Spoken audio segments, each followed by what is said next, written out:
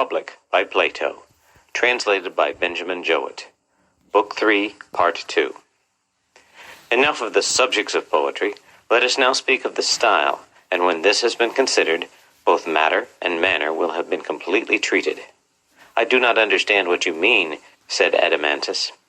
Then I must make you understand, and perhaps I may be more intelligible if I put the matter this way. You are aware, I suppose, that all mythology and poetry is a narration of events, either past, present, or to come? Certainly, he replied. And narration may be either simple narration, or imitation, or a union of the two? That again, he said, I do not quite understand. I fear that I must be a ridiculous teacher when I have so much difficulty in making myself apprehended. Like a bad speaker, therefore, I will not take the whole of the subject, but will break a piece off in illustration of my meaning. You know the first lines of the Iliad, in which the poet says that Chryses prayed Agamemnon to release his daughter, and that Agamemnon flew into a passion with him. Whereupon Chryses, failing of his object, invoked the anger of the god against the Achaeans. Now as far as these lines, and he prayed all the Greeks, but especially the two sons of Atreus, the chiefs of the people. The poet is speaking in his own person. He never leads us to suppose that he is anyone else. But in what follows he takes the person of Chryses, and then he does all that he can to make us believe that the speaker is not Homer, but the aged priest himself. And in this double form he has cast the entire narrative of the events which occurred at Troy and in Ithaca and throughout the Odyssey. Yes, and a narrative it remains both in the speeches which the poet recites from time to time and in the intermediate passages. Quite true. But when the poet speaks in the person of another, may we not say that he assimilates his style to that of the person who, as he informs you, is going to speak? Certainly. And this assimilation of himself to another, either by the use of voice or gesture, is the imitation of the person whose character he assumes? Of course. Then in this case the narrative of the poet may be said to proceed by way of imitation. Very true. Or if the poet everywhere appears and never conceals himself, then again the imitation is dropped, and his poetry becomes simple narration. However, in order that I may make my meaning quite clear, and that you may no more say, I don't understand, I will show how the change might be effected. If Homer had said, the priest came, having his daughter's ransom in his hands, supplicating the Achaeans, and above all the kings, and then if, instead of speaking in the person of Chryses, he had continued in his own person, the words would have been, not imitation, but simple narration. The passage would have run as follows. I am no poet, and therefore I drop the meter. The priests came and prayed the gods on behalf of the Greeks that they might capture Troy and return safely home, but begged that they would give him back his daughter, and take the ransom which he brought, and respect the god. Thus he spoke, and the other Greeks revered the priests and assented, but Agamemnon was wroth, and bade him depart and not come again, lest the staff and chaplets of the god should be of no avail to him. The daughter of Chryses should not be released, he said. She should grow old with him in Argos. And then he told him to go away and not provoke him, if he intended to get home unscathed. And the old man went away in fear and silence.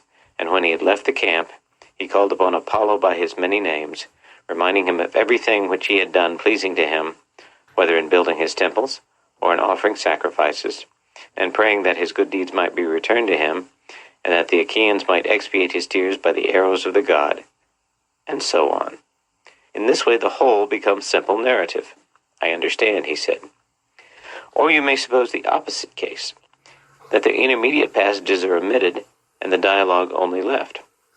That also, he said, I understand. You mean, for example, as in tragedy. You have conceived my meaning perfectly. And if I mistake not, what you failed to apprehend before is now made clear to you, that poetry and mythology are, in some cases, wholly imitative. Instances of these are supplied by tragedy and comedy. There is likewise the opposite style, in which the poet is the only speaker. Of this the dithyramb affords the best example, and the combination of both is found in epic and in several other styles of poetry. Do I take you with me? Yes, he said, I see now what you meant. I will ask you to remember also what I began by saying, that we had done with the subject and might proceed to the style. Yes, I remember. In saying this, I intended to imply that we must come to an understanding about the mimetic art, whether the poets, in narrating their stories, are to be allowed by us to imitate, and if so, whether in whole or in part, and if the latter, in what parts? Or should all imitation be prohibited? You mean, I suspect, to ask whether tragedy and comedy shall be admitted into our state? Yes, I said, but there may be more than this in question. I really do not know as yet, but whither the argument may blow, thither we go. And go we will, he said. Then, Adeimantus, let me ask you whether our guardians ought to be imitators, or rather, has not this question been decided by the rule already laid down that one man can only do one thing well, and not many, and that if he attempt many, he will altogether fail of gaining much reputation in any? Certainly. And this is equally true of imitation. No one man can imitate many things as well as he would imitate a single one. He cannot. Then the same person will hardly be able to play a serious part in life and at the same time be an imitator and imitate many other parts as well. For even when two species of imitation are nearly allied, the same person cannot succeed in both, as, for example, the writers of tragedy and comedy. Did you not just now call them imitations? Yes, I did. And you are right in thinking that the same persons cannot succeed in both, any more than they can be rhapsodists and actors at once? True. Neither are comic and tragic actors the same. Yet all these things are but imitations. They are so. And human nature, Adeimantus, appears to have been coined into yet smaller pieces, and to be as incapable of imitating many things well, as of performing well the actions of which the imitations are copies. Quite true, he replied. If then we adhere to our original notion and bear in mind that our guardians, setting aside every other business, are to dedicate themselves wholly to the maintenance of freedom in the state, making this their craft, and engaging in no work which does not bear on this end, they ought not to practice or imitate anything else. If they imitate at all, they should imitate from youth upward only those characters which are suitable to their profession, the courageous, temperate, holy, free, and the like. But they should not depict or be skillful at imitating any kind of illiberality or baseness, lest from imitation they should come to be what they imitate.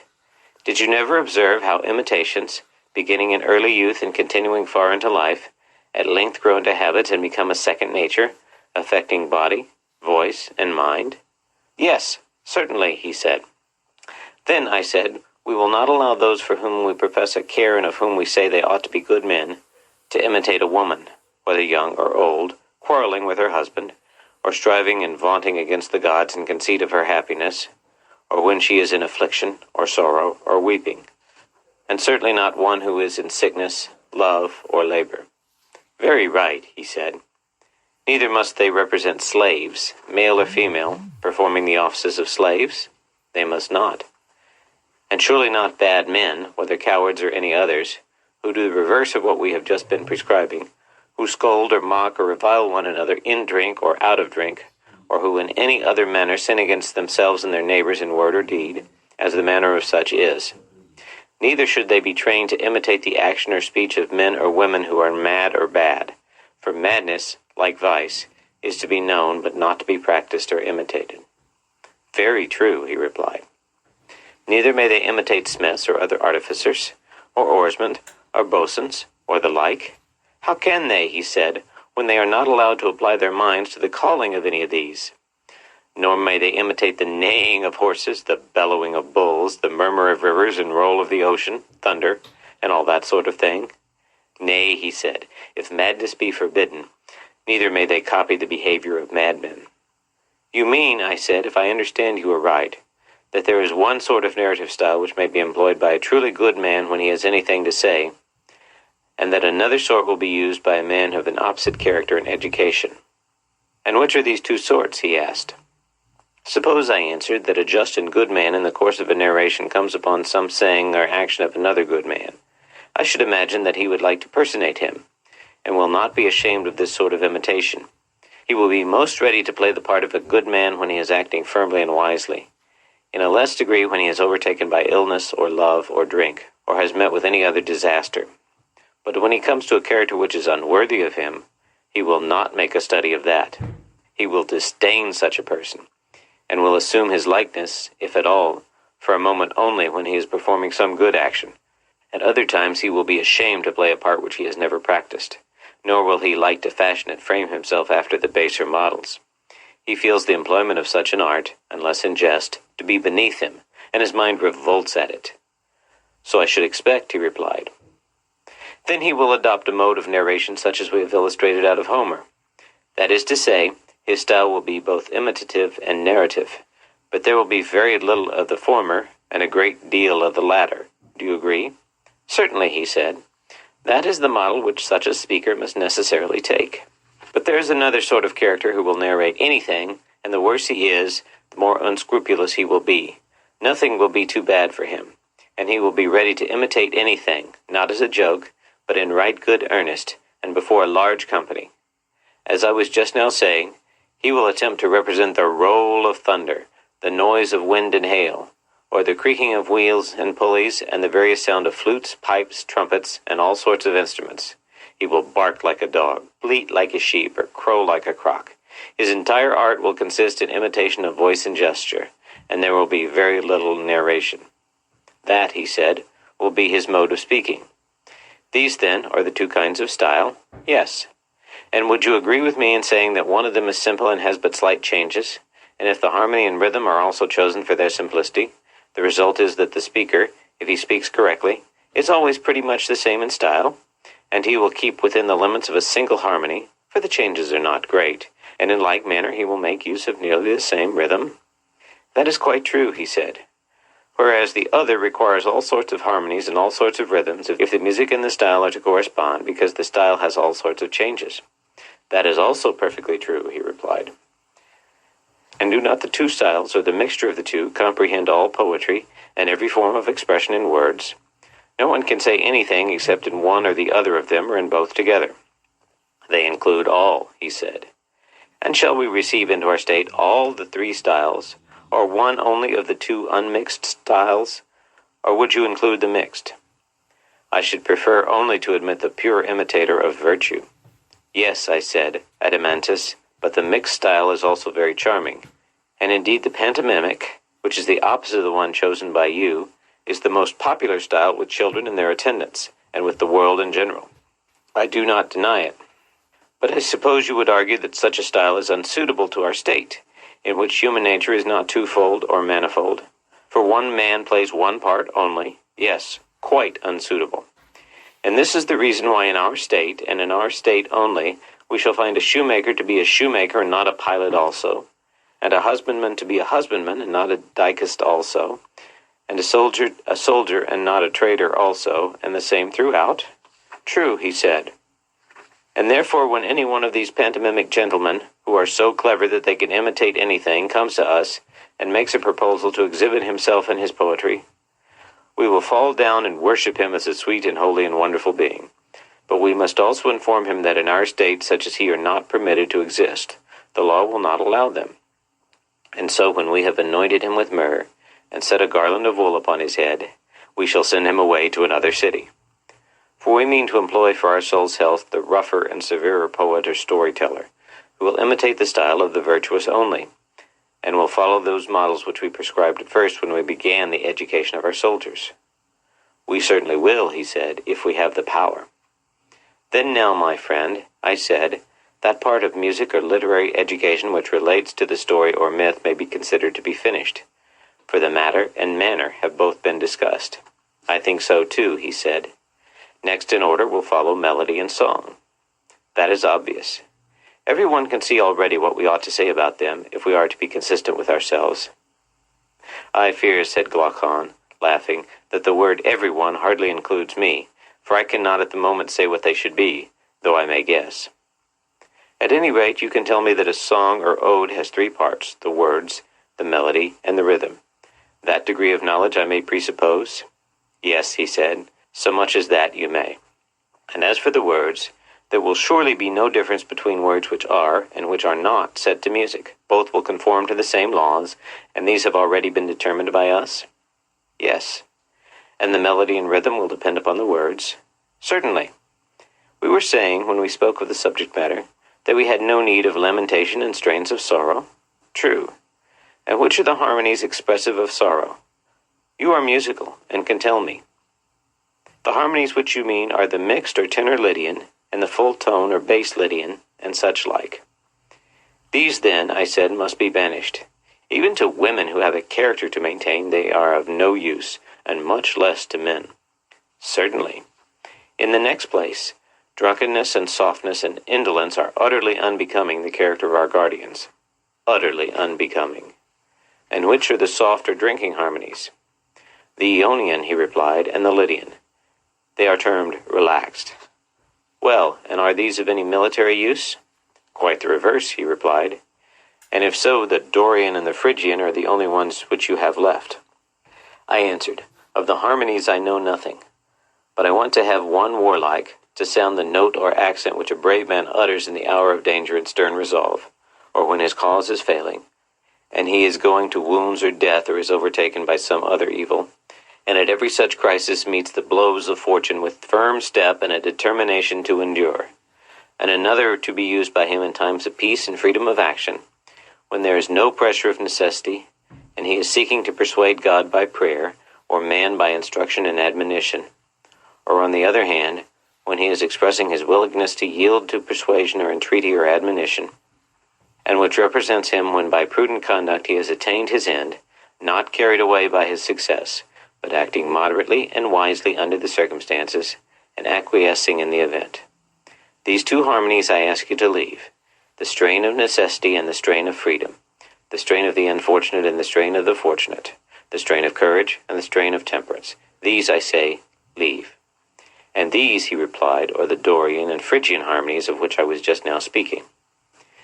Then, I said, if these and these only are to be used in our songs and melodies, shall we not want multiplicity of notes or a panharmonic scale?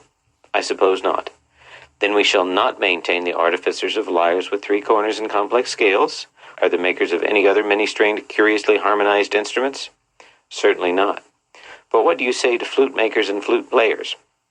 Would you admit them into our state when you reflect that in this composite use of harmony the flute is worse than all the stringed instruments put together? Even the panharmonic music is only an imitation of the flute? Clearly not. There remain only the lyre and the harp for use in the city, and the shepherds may have a pipe in the country. That is surely the conclusion to be drawn from the argument. The preferring of Apollo and his instruments to Marsyas and his instruments is not at all strange, I said. Not at all, he replied. And so, by the dog of Egypt, we have been unconsciously purging the state, which not long ago we termed luxurious. And we have done wisely, he said. Then let us now finish the purgation, I said. Next, in order to harmonies, rhythms will naturally follow, and they should be subject to the same rules, for we ought not to seek out complex cisterns of meter, or meters of every kind, but rather to discover what rhythms are the expressions of a courageous and harmonious life, and when we have found them, we shall adopt the foot and the melody to words having a like spirit, not the words to the foot and melody. To say what these rhythms are will be your duty. You must teach me, as you have already taught me the harmonies. But indeed, he replied, I cannot tell you. I only know that there are some 3 principles of rhythm out of which metrical systems are framed, just as in sounds there are 4 notes out of which all the harmonies are composed. That is an observation which I have made. But what sort of lives they are severally the imitations I am unable to say. Then, I said, we must take Damon into our counsels, and he will tell us what rhythms are expressive of meanness, or insolence, or fury, or other unworthiness, and what are to be reserved for the expression of opposite feelings. And I think that I have an indistinct recollection of his mentioning a complex Cretic rhythm, also a dactylic or heroic, and he arranged them in some manner which I do not quite understand, making the rhythms equal in the rise and fall of the foot, long and short alternating. And unless I am mistaken, he spoke of an iambic as well as of a trochaic rhythm, and assigned them the short and long quantities. Also, in some cases, he appeared to praise or censure the movement of the foot quite as much as the rhythm, or perhaps a combination of the two, for I am not certain what he meant. These matters, however, as I was saying, had better be referred to Damon himself, for the analysis of the subject would be difficult, you know. Rather so, I should say. But there is no difficulty in seeing that grace, or the absence of grace, is an effect of good or bad rhythm. None at all.